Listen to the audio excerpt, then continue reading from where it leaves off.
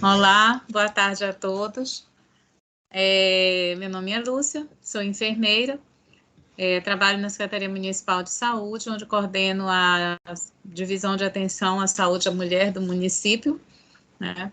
E eu agradeço o convite, né, para participar desse congresso e falar de tão relevante pauta, né, que é o papel do enfermeiro mesmo, né, do enfermeiro que trabalha em coleta de evidências, preservação de achados, falar um pouco sobre a enfermagem forense, né? E a enfermagem forense ela vem avançando muito dentro do país, né? E de forma assim muito linear.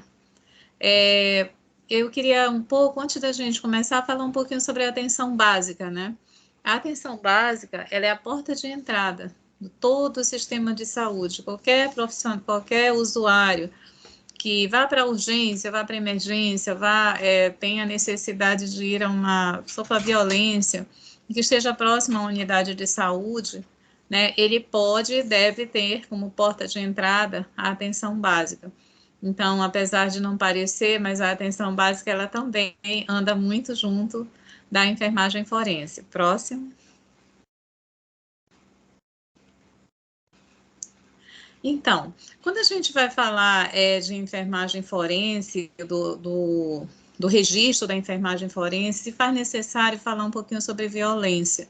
Porque quando a gente vai coletar, quando o profissional vai coletar vestígios, ou fazer qualquer um outro exame, qualquer um outro teste, é sempre baseado, né, sempre em usuários que passaram por alguma forma de violência, ou violência por arma de fogo, violência física mesmo, né? Ou um outro tipo de violência. Então, a gente vai falar um pouquinho sobre violência, para a gente poder chegar no cerne da questão, ok? Então, o que é violência, né? A OMS, ela define violência como o uso intencional da força e do poder, né, contra si própria ou outra pessoa. Então, a violência, a gente tem visto vários tipos, né? Temos acompanhado, todos nós acompanhamos, pela mídia agora, muito mais do que antes. Antes a gente não tinha como é que eu quero dizer, esse arcabouço de mídia que nós temos hoje. Então, a gente tem muita coisa e a gente acompanha as coisas quase em tempo real.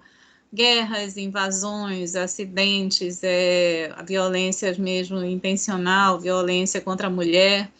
E aí a gente vai criando, né, eu quero dizer, a gente vai criando uma consciência, uma noção, né, de que a violência ela vai muito além do que a OMS fala. E a gente vai tentando, enquanto profissional de saúde, acompanhar, né, essa escalada, né, e tentando fazer o que nós sabemos. No caso do enfermeiro, é o acolher, é o cuidar, né? Então, desde a atenção básica, a gente já vem com essa questão do acolhimento, da notificação da violência, né, e do acompanhamento dessa usuária ou desse usuário que sofre violência. Próximo, por favor.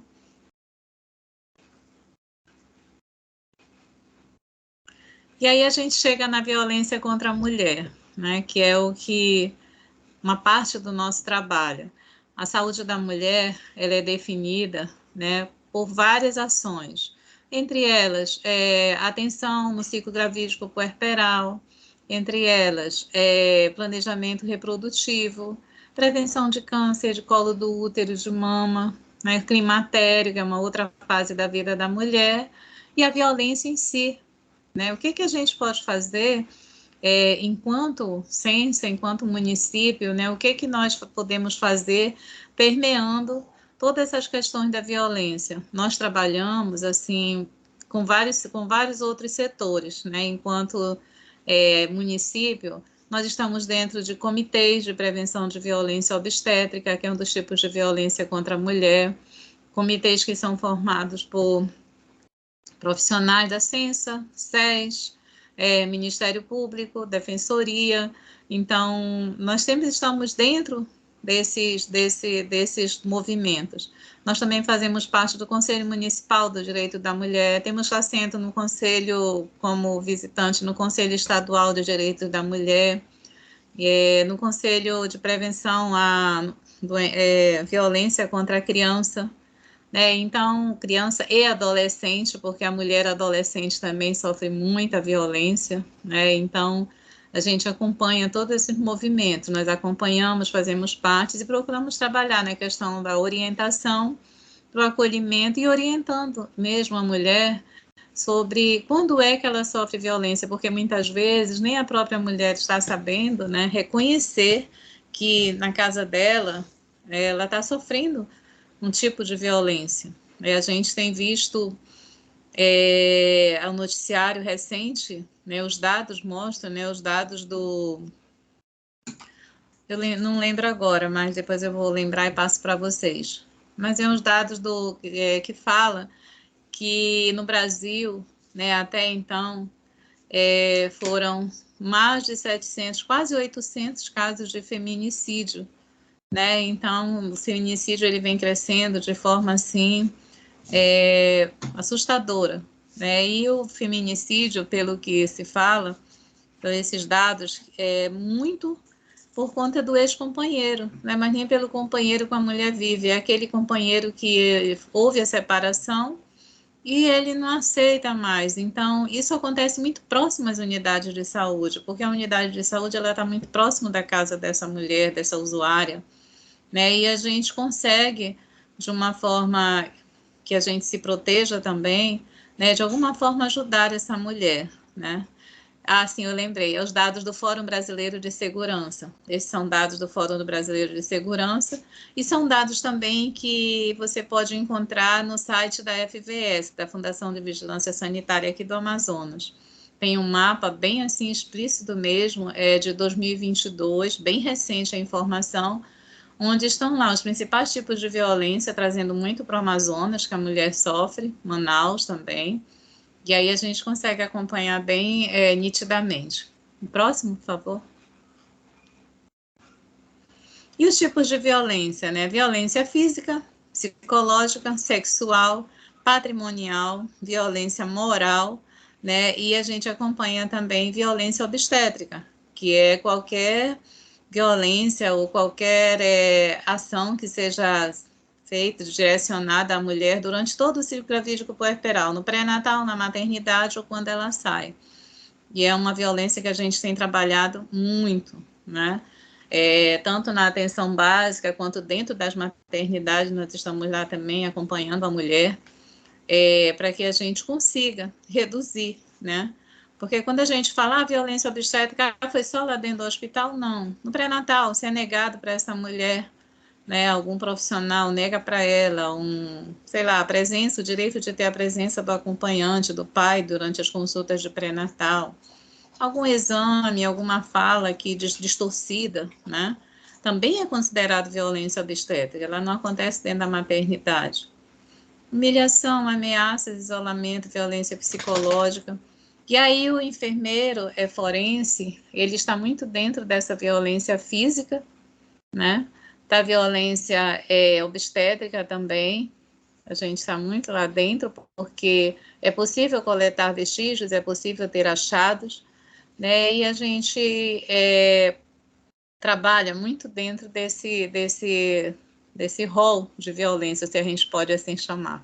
Próximo.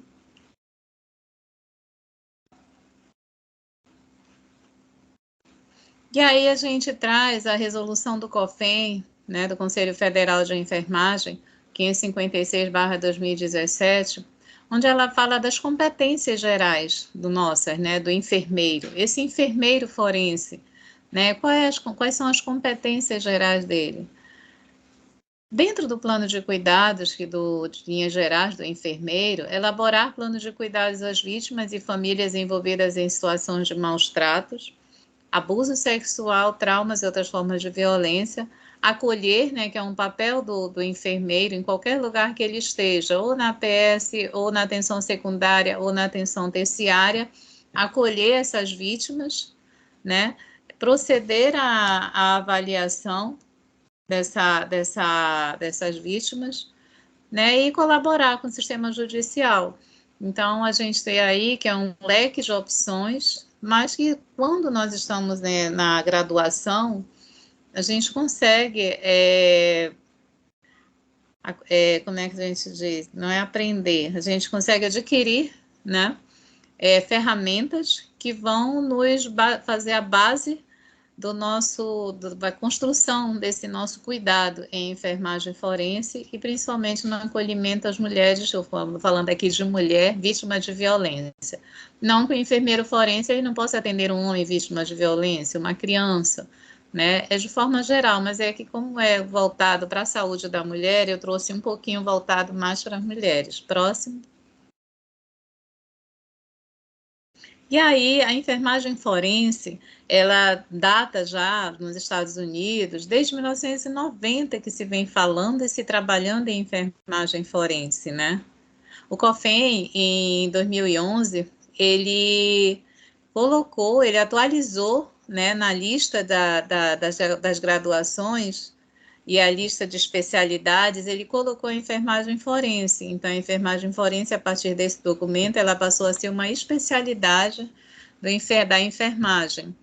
E a partir daí, abrindo um leque para universidades e para instituições começarem a trabalhar, né, abrir um leque de opções e não quero falar, uma profissão, uma especialização na nossa profissão a mais, né, para a gente poder trabalhar. Pode passar próximo. E aí vem a resolução do COFEN 556, 2017, que regulamenta, né, 6 anos depois, a profissão da enfermagem forense foi regulamentada, né, então isso foi muito importante. Depois, no ano seguinte, o COFEN ele aprova o registro da SOBEF, né, que é a Sociedade Brasileira dos Enfermeiros Forenses. Isso é importante porque quando a gente consegue se organizar e juntar os pares, né, e trabalhar dentro de uma mesma normativa, só quem ganha é a população. A gente consegue, após a regulamentação, a gente consegue entrar com a questão da organização do trabalho, né, do nosso trabalho. Então, a SOBEF ela é bem atuante, ela já tem 5 anos, né? E existe um site de acompanhamento, existem protocolos e é muito interessante nós, enquanto as pessoas que têm vontade, né, de atuar nessa área da enfermagem, entrar nesse site e conhecer. Próximo.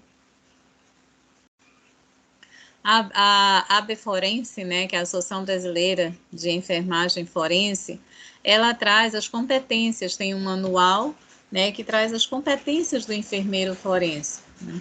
Dentre as várias competências, além do abuso sexual, né, para coleta de vestígios, maus tratos, investigação de morte, enfermagem psiquiátrica forense, consultoria, trabalho em desastre em desmassas e trabalho em enfermagem carcerária, né? O quão importante é o nosso trabalho dentro dessa população privada de liberdade, né? Então, a partir daí a gente vê o leque, né, de coisas, de ações, de locais, onde o enfermeiro forense ele pode estar trabalhando, estar colocando a sua expertise tanto dentro de tribunais, delegacias, IML, né, na própria atenção primária, porque se no ato que você recebe essa usuária numa unidade básica de saúde, você tiver o conhecimento, né, o mínimo conhecimento, você consegue encaminhar, né, e ter um desfecho positivo na denúncia dessa usuária. Não sei se talvez a gente precisasse ter um enfermeiro com especialização em enfermagem forense dentro da UBS, talvez não. Mas que é importante para nós conhecermos, né, esse viés, digamos assim, essa parte da enfermagem, ter um conhecimento básico seria importante, né? Mas é uma especialidade extremamente importante, e assim como inteligência artificial, é uma especialidade do futuro, né? Uma especialidade que tem muito, muito a avançar. Pode passar? Próximo. Aqui eu coloquei para vocês algumas áreas do campo de atuação do enfermeiro forense, frente aos tipos de violência, né? violência no trabalho infantil, maus tratos, de novo, abuso sexual, violência domiciliar, física, negligência. Então, todos esses tipos de violência é possível, né, que o enfermeiro esteja inserido. Muito inicialmente, como é uma regularização que está muito recente, né? Eu creio que a gente tem vários colegas, eu não conheço nenhum enfermeiro forense, mas eu creio que a gente tem vários colegas que estão se especializando, né, e a gente precisa interagir com essas pessoas, trazer esse curso para Manaus, se ainda não existe, eu não procurei saber se já existia essa pós aqui em Manaus, mas ela é uma pós bem importante, que para além de exercer diretamente a profissão de enfermeiro forense, é importante o conhecimento, como eu já falei antes, né? No sentido de nós auxiliarmos até em tribunais, em testemunhos, né? Em tribunais, então é bem importante, é um conhecimento bem importante mesmo. Próximo. E aí, para a gente falar sobre registro, né, registro da enfermagem forense, a gente traz a nossa sistematização da enfermagem, o nosso SAI, né, que nós aprendemos lá na graduação.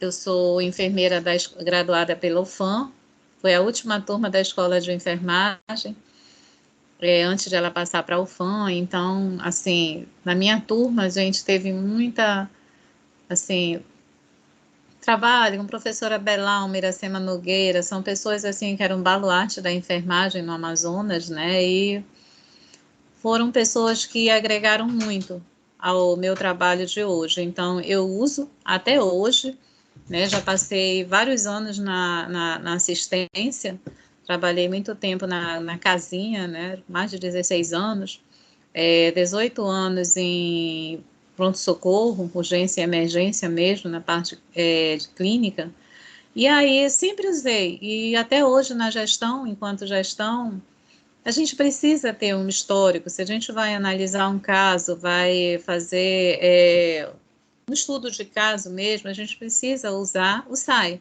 que é o histórico, diagnóstico, o planejamento, implementação, avaliação. Será que aquele colega ele fez tudo isso? Então, hoje em dia, eu ainda utilizo, né, o SAI, a sistematização da assistência de enfermagem, e isso é fundamental para nós podermos ter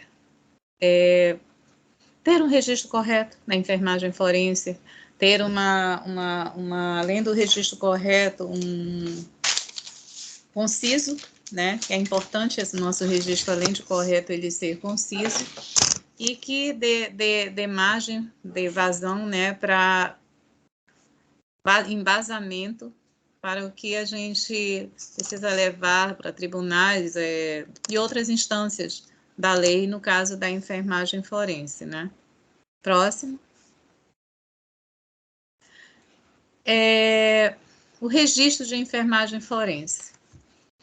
Como todo registro, ele tem que usar a linguagem clara e concisa, né? Eu não posso estar trocando, né? Ou nem estar rebuscando muito, porque quando eu rebusco demais, eu termino por não dizer o que eu quero de forma clara, né? E concisa mesmo. Evitar o uso de jargões ou termos técnicos, né? Porque essa linguagem, ela vai muito ser colocada para advogados, para juízes, e se eu coloco muito termo técnico e uso muita coisa que é usada praticamente na área da saúde, eu retiro um pouco aquelas pessoas que precisam, né, ler, precisam estar fazendo juízo, né, sobre aquelas informações que eu coloquei. Ser específico e descritivo, isso é muito importante, tamanhos de lesões, medidas de lesões, né? Como é que eu vou escrever isso? Eu preciso estar colocando, assim como utilizar medidas e unidades padronizadas, né? O que eu ver, eu tenho que registrar, né? E fazer um registro de forma imparcial, sem colocar o meu juízo de valor. Ah, tá muito grande, tá muito pequeno, foi na orelha, foi no braço. Eu não posso colocar juízo de valor, né? Eu tenho que descrever o que eu estou vendo.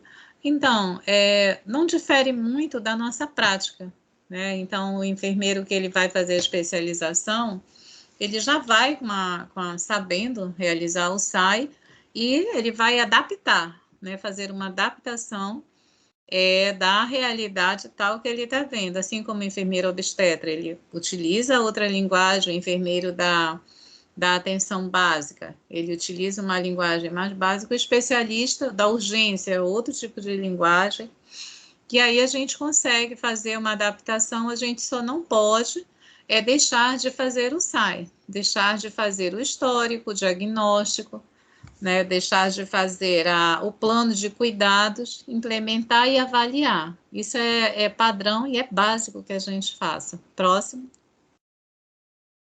E aí a gente também seguindo, deve ser registrado o local do atendimento, horário e local de agressão, fazer uma anamnese detalhada, né, com descrição dos agressores, aí já começa a ser mais específico, né?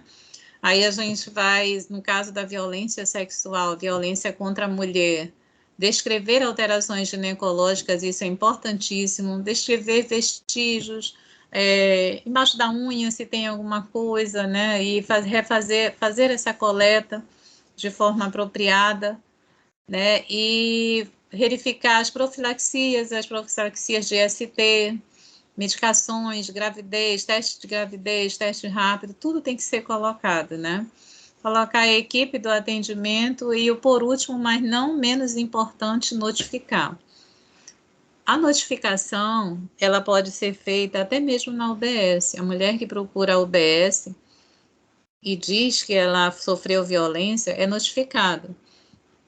Aí ela pode ser notificada no serviço que atende a vítima de violência sexual também. Né? Depois, se houver cruzamento dessas fichas, é deixado só uma notificação. O importante é que a gente não pode pensar, eu não vou fazer porque vão notificar no hospital, vão notificar na delegacia, vão notificar na atenção básica. Não, a gente precisa notificar, porque a notificação ela vai gerar números, né? E esse número ele gera política pública, porque chamar atenção para o gestor, chamar atenção para as autoridades, chamar atenção para todos, né? Eu costumo dizer, desce um farol, né? Sobre essa situação. Então as pessoas veem a necessidade de se construir outros fluxos, né, a necessidade de investimento, a necessidade de trabalhar essa questão da violência. A gente só consegue quando a gente dá visibilidade ao problema. E a gente só consegue dar visibilidade ao problema quando a gente mostra. E como é que a gente vai mostrar? Eu não vou falar nas esquinas, ou falar em eventos, é importante, mas as autoridades, elas querem números oficiais, então a notificação, ela gera, sim, um número oficial, e ela gera política pública, ela é um importante fomentador, né, de ações que reduzem ou pode vir a reduzir investimentos para reduzir vários tipos de violência, dentre elas a violência sexual. Próximo. E aí eu coloquei um pequeno fluxo, né, desse recebimento da usuária pelo enfermeiro, essa usuária que sofreu violência sexual, né, ou que sofreu um outro tipo de violência doméstica, sempre iniciando pela escuta ativa. É importante a gente exercitar a escuta ativa, porque a escuta ativa não é só ficar olhando para a usuária e ela falando e eu escutando. A escuta ativa é aquela escuta que o usuário sinta que nós estamos, né, realmente atentos para aquilo que está sendo dito, para aquilo que está sendo falado. Então, a escuta ativa é isso, estar atento, por isso que diz ativa, né, para o que está sendo dito. Não só falar, a pessoa falar e eu escrever, não é mais escuta ativa. Verificar o estado geral dessa usuária, como é que ela chegou, a roupa estava rasgada, a roupa não estava rasgada, né, estava de sapato, sem sapato, cabelo, arranhão, tudo que estiver, estado geral dela, como ela está também se comportando, está com medo, está agressiva. Observar o registro de exame físico, se essa usuária tem, ou usuário também pode ocorrer, né, nos casos das mulheres trans, né, e do que a gente vem vendo aí, essa mudança grande na população. Então, a gente também recebe mulheres trans vítimas de violência. Então, nessa questão, a gente vê o exame físico, corte, laceração, hematomas, onde estão, que tamanho, quantos centímetros tem, né? A gente tem que ter essa noção, localização, a história ginecológica dessa mulher, né? A coleta tem alguma laceração, né? A inspeção desse local, coleta de vestígios, roupas, secreções, inspeção vulvar, anal e exame especular, situação vacinal importantíssima por conta da hepatite, né? Então a gente precisa ver a situação vacinal dessa usuária, ou desse usuário, os testes rápidos, as profilaxias, né, se foram negativos os testes, a gente já faz todas as medicações para prevenir essas doenças, e se forem positivas, já faz o tratamento, né? Teste rápido de gravidez, importantíssimo, para verificar se essa mulher estava grávida ou não. Em algumas situações, se demora, né, a fazer essa procura. Às vezes, principalmente adolescente, a gente tem visto muito, quando ela chega no serviço, já foi há 2 meses, há 30 dias, e aí, nessa situação, ela é encaminhada para um serviço de aborto legal, se for o caso, né? E sempre não esquecendo a notificação compulsória, porque a violência, ela é de notificação compulsória. Então, se a gente for olhar de qual modo geral esse registro, ele traz o nosso SAI, né? Ele traz a gente puxar o histórico, fazer o diagnóstico, fazer o nosso plano de cuidados, né, em cima desse diagnóstico, implementar e depois avaliar, né, tá acompanhando. Esse registro, ele se cabe muito bem no registro de enfermagem forense. Então, seria isso, fazer um registro simples, claro e conciso, né, seguindo o SAI, a Sistematização de Assistência de Enfermagem. Próximo. Aqui, nesse livro de recomendações brasileiras, ele também traz esse manual, ele é um manual, no próximo slide eu vou colocar que ele veio antes, mas ele fala sobre a importância de você ter um registro correto, anamnese, escuta qualificada, né, o exame físico, descrição de lesões, registro de informações, coleta de vestígios, né? Mas que a coleta de vestígios, ela tem que ser no local adequado, né, e encaminhada para a polícia. Aqui em Manaus, a gente não tem coleta de vestígios na maternidade. A coleta de vestígios, ela não é feita, por exemplo, na Moura Tapajós. Essa usuária, ela é encaminhada para o IML. O IML faz a coleta de vestígios.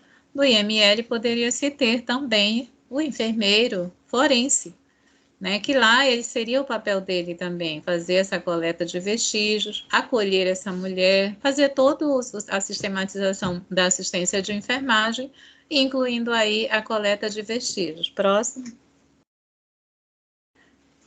O COFEM também, na resolução 556/2017, ele trouxe um termo de consentimento informado, para eu poder fazer toda a autorização dos procedimentos profiláticos, eu tenho que ter o consentimento da usuária.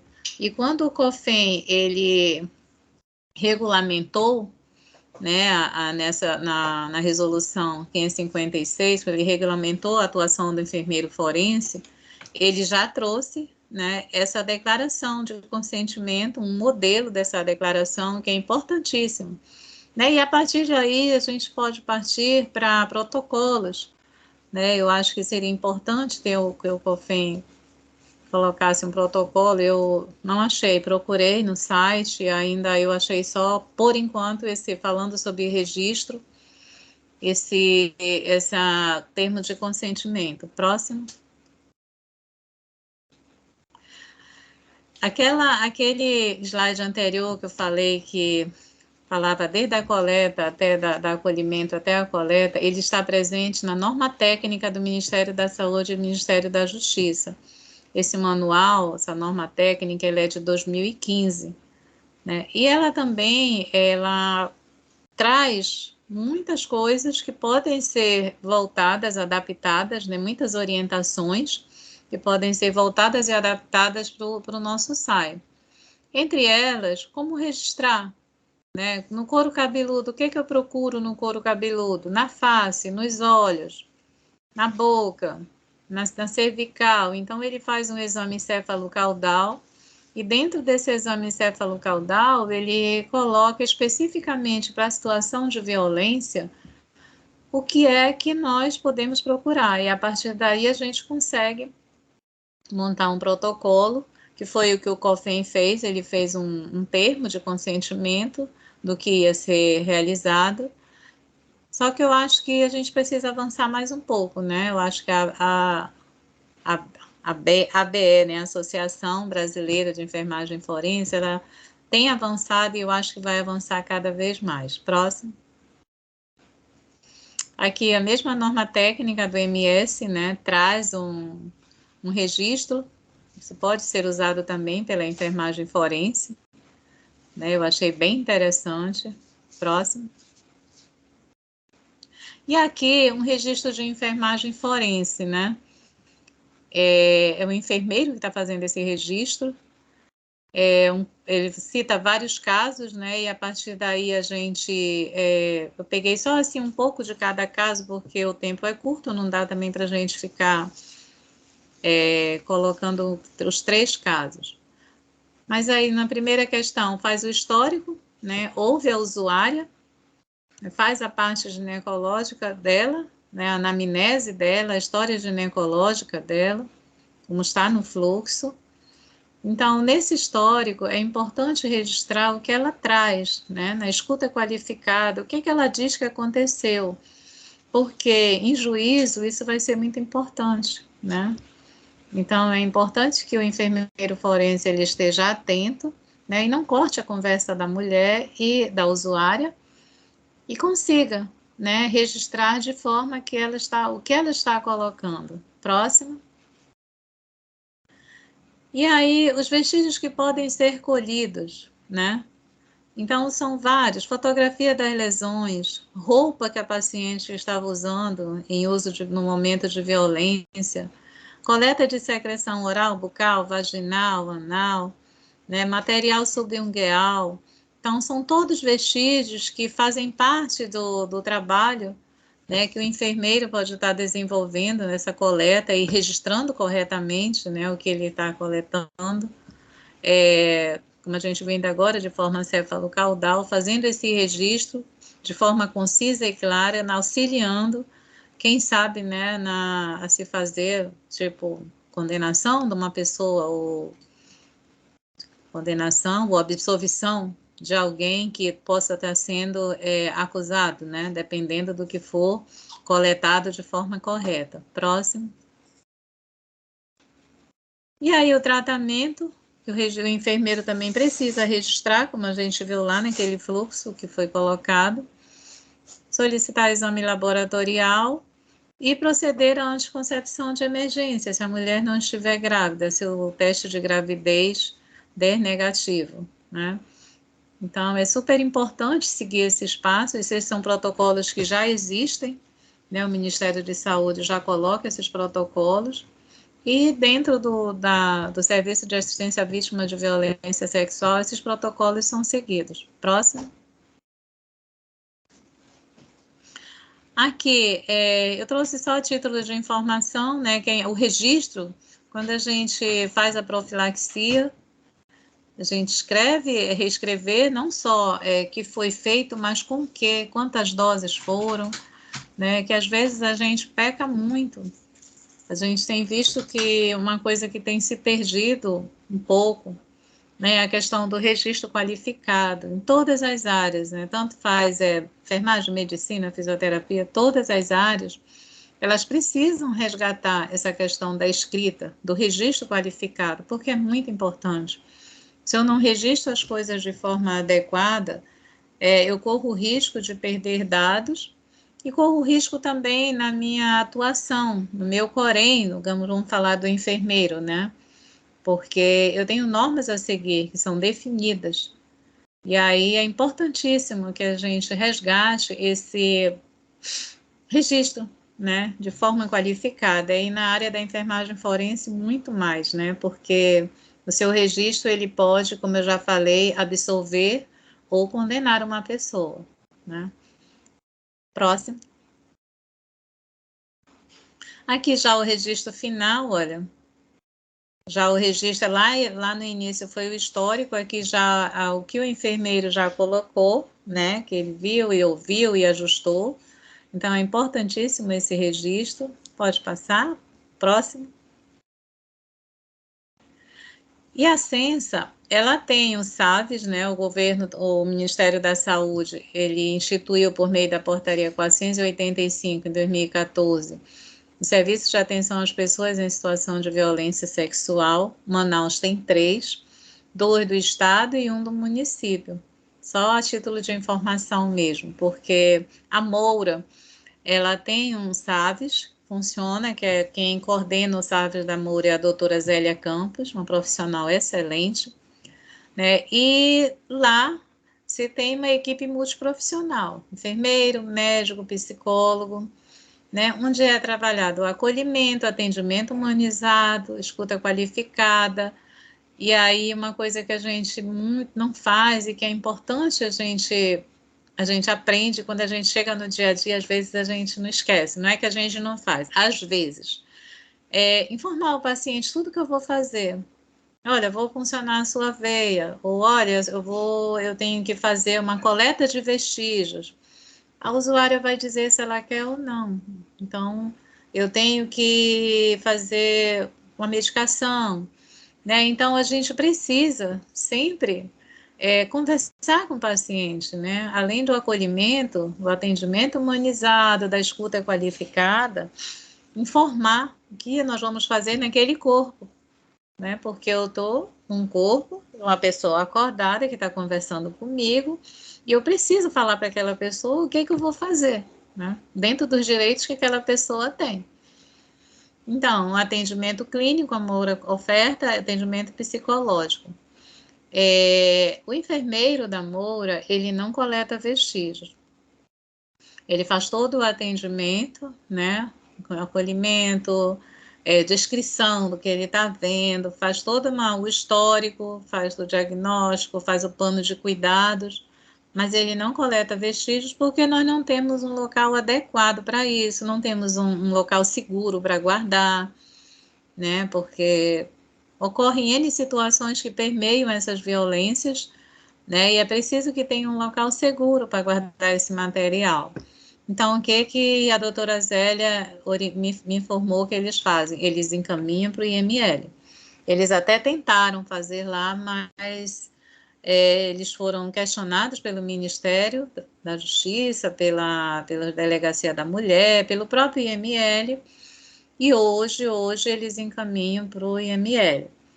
Está em estudo, né, já houve 2 ou foi 3 reuniões esse ano, um local onde vai funcionar tudo, inclusive o SAVES, né? Vai ter o local para coletar vestígios, para fazer a delegacia, vai ser tudo junto num local só, para evitar que a mulher fique se deslocando para vários locais, né?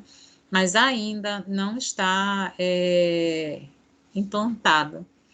Eu estava fazendo o estudo e a Censa foi convidada, e a ciência colocou algumas situações e está aguardando, né, para ver se nós vamos participar ou não.